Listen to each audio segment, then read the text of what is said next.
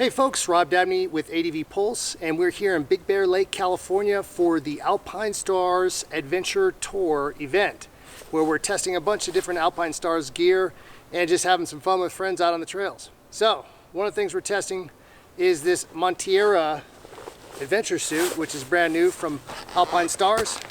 Be testing that, as well as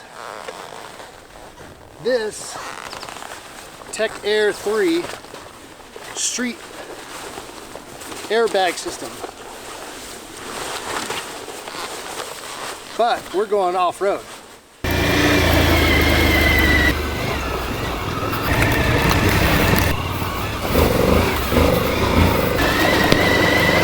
So the Tech-Air 3 airbag system is just a real simple vest you just throw on, and it's got this one snap here to hold the chest bag in place, and you've got a magnetic zipper here, and basically to activate it, once you zip it to this point, you've got a little magnet that activates right here that turns the vest on, and now it's active. It's ready to deploy if I were to fall on the ground right now. So we're ready to go with this. So you may be asking, why are we going off-road? Well, initially they said this is a street vest, but that it was capable of handling some light off-road, and we've been hearing from some of the other people that have been out there testing these things saying that it actually can handle more than just light off-road.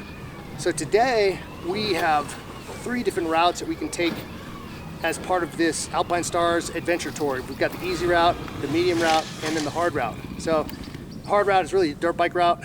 Up here in Big Bear, there's a ton of great dirt bike trails. So we're on the wrong bike with the wrong vest, and we're gonna see how it goes.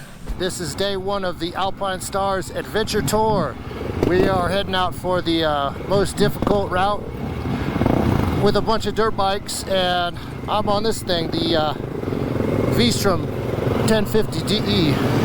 So it should be interesting. We'll see how it goes.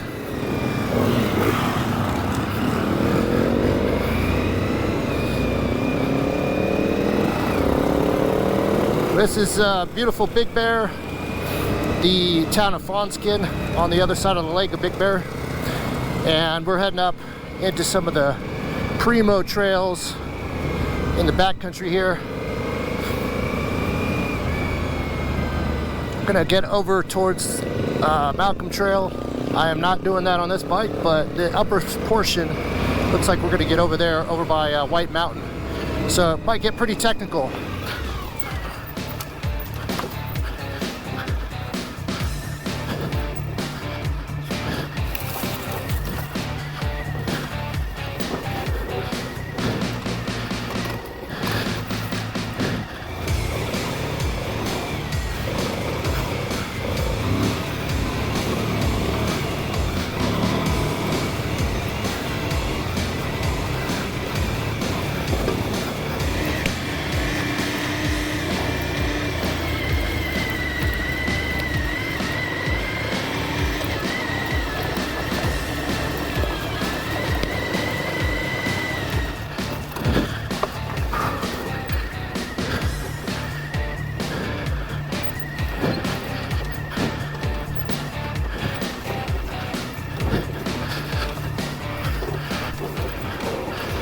We just went down some really steep, rocky descents, and that was really at the edge of big bike friendly, I wouldn't say big bike friendly, but big bike doable stuff. They had us check out the road first before we went down it, just to make sure we were comfortable. And yeah, it was totally doable, just exhausting with this big heavy bike. The V-Strom did fine though, had enough ground clearance to it, wasn't scraping the whole way down. And I got sideways a little bit once in a while, but most of the time it stayed straight, and it was just really hard. If you just breathe on that brake, it locks up. But that's just like any big bike, all that weight's on the front tire when you're going down a steep hill. So got me through it, can't complain. V-Strom's doing a good job right now.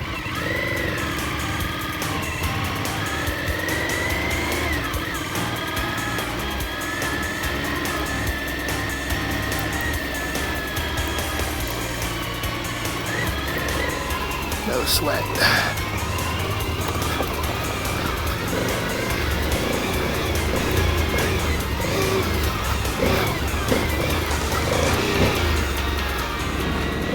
See how this V-Strom does. I'm outweighing all these bikes by about 250 pounds, I think, and about half the suspension. But this bike does have a 21-inch front wheel now,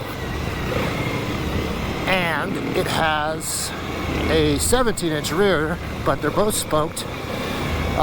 They've also increased the suspension travel by about 0.3 or 0.4 inches in the front and rear, so almost a half an inch more travel. And that front tire, that bigger tire, also gives it a higher ground clearance as well. So before, when you took the old 1000 V-Strom off-road, you bottom it out pretty easily on any kind of rocks. You know, you could probably bottom it out just going off a curb, but this one, you know, been off a couple curves now, no problem. So we'll see how it does. Whoa, whoops. All right, no deployment of the airbag, that's good.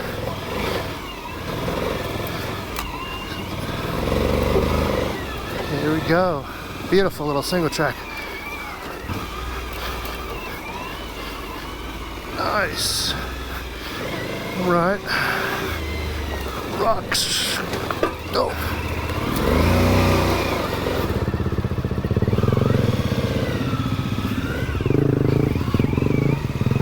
Riding behind Dakar Rally champ Toby Price. He just narrowly missed getting another championship this last year for the 2023 event. Lost it just to Benavides with just a few seconds between them, and it was a real heartbreaker, but at least he finished with no injuries, and he was sitting on the podium with a big smile.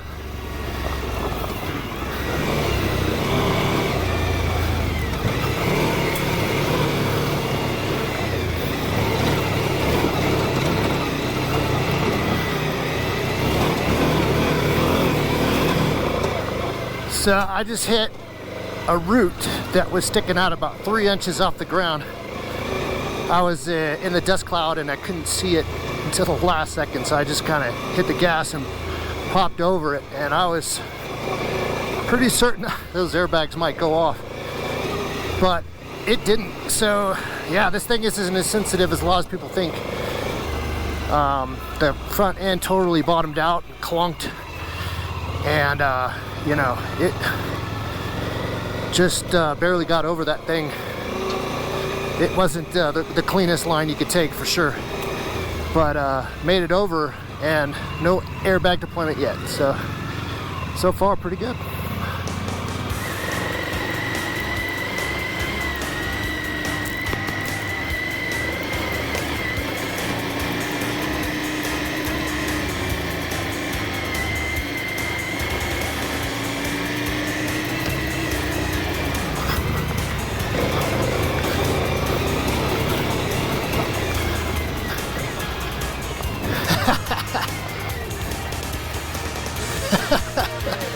Nice. Not too bad, huh? Yeah.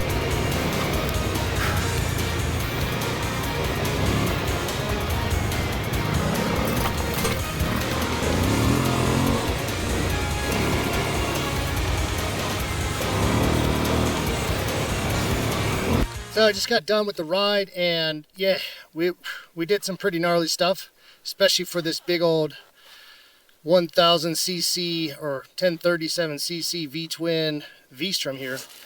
We pushed its limits pretty far, and you know, it's known as a street bike. Also, this vest, it's supposed to be a street-based airbag system, and taking it off-road, you know, questionable maybe for some. But again, we heard a lot of people talking about it, saying that, you know, you can push these things a little bit harder than you might think. And that's what we did today. So wasn't sure at first what was going to happen on that first jump and that first bump and that first whoop that we went through. If that isn't going to deploy the bags, then I'm not sure what it will. So it did pretty good. It's a really advanced system, and from what I understand is it knows when the rider is falling. So if you're just still sitting in a normal standard position on the bike and you hit a gigantic bump, it's not going to just pop off. But if that was to throw you over the bars to the point where you're kind of looking at the front tire, that might deploy the bag because it thinks you're falling. So, you know, if you're falling off the side or doing something that's not in line with what a normal body does when you hit big bumps, that is what can activate it. So, other than that, you know, I just want to point out some things that I notice. The one thing I like about it is this is really simple to operate. You just zip it up and it turns it on. And for some reason, if you're afraid that what you're about to do might deploy it, you know, you're getting into some big bumps or jumps or something. I mean, it needs to be something pretty extreme. Or, you know, you might fall and it's going to be a slow speed fall and you don't want to pay for, you know, the last refresh of the cartridges and all that stuff. You can always just simply unzip it to about this point right here to where the magnet is not touching anymore, and that turns it off. I asked Alpinestars why they don't have a button to just push to turn it off, and they said that, you know, for liability reasons, they want to make sure that people, you know, aren't going to be like, oh, well, I thought it was on and it turned off. You know, it's got to be a real fail-safe system. So you zip it up, it turns it on. You unzip it, it turns it off. And it makes sense to me. And I think that that's a good system because it's still very easy to just turn off by unzipping it. So, so far the battery's been lasting a long time. I've been using it on the street and some really long days. It lasts 5+ hours, no problem, and probably even longer. And then you just charge it up overnight and it's ready to go the next day. So the only thing that I'd say is a drawback off-road is that if it starts to get a little hot like it did today, it was probably in the 70s, low 70s. It wasn't much of a problem, but I can imagine on a hotter day in the 80s, a lot of the ventilation that comes with this suit, all the zippers on the chest are being blocked. So you got to consider that if you're riding on a really hot day. You know, what do you want? More safety or more comfort? So that's just some of the things to think about when you're using it off-road, because you're going to be working hard, pushing athletically, and that tends to make you a little bit warmer. But 70s, 80s, if you're just cruising down the highway, is no problem with this thing. It's going to be blocking the wind and you'll be perfectly comfortable. So I'm pretty impressed with how it's done. I've got some other ideas to see if I can, you know, push it a little bit harder and deploy it maybe in some bigger whoops and catching some air. I haven't done that yet. Maybe I'll try that on a smaller bike though. But, you know, for what we did today, it works. And I wouldn't have any problem using this off-road. So who is going to be the person that's going to use this off-road? I guess that's a question too. I'd say if you're just learning to ride off-road, you might want an airbag system because you fall a lot, but it's probably going to be popping off pretty frequently if you fall 3, 4, 5 times a day. So I'm thinking this is really more for somebody who's had a few injuries in their life. They're a decent, you know, intermediate or up level off-road rider, and they just want to take that extra safety and make their family feel better that they're, you know, doing something additional to protect themselves to ensure that they're not going to end up in the hospital with a major injury. So that's the kind of person I think that's going to use this, and I think it's a pretty simple system to use, and it's kind of a no-brainer. I think I'm going to start using it a lot more off-road, and who knows, maybe it's going to save my butt one of these days. We'll see. So that wraps up our video. If you like what you saw and you want to see more, make sure you subscribe, and if you have any questions, please leave them below in the comments. We'll make sure to get back to you as soon as we can. And you know, basically we're going to keep pushing this thing. We've got a full review in the works. You can go to advpulse.com to check that out. We'll have a link below in the description. And thanks for watching.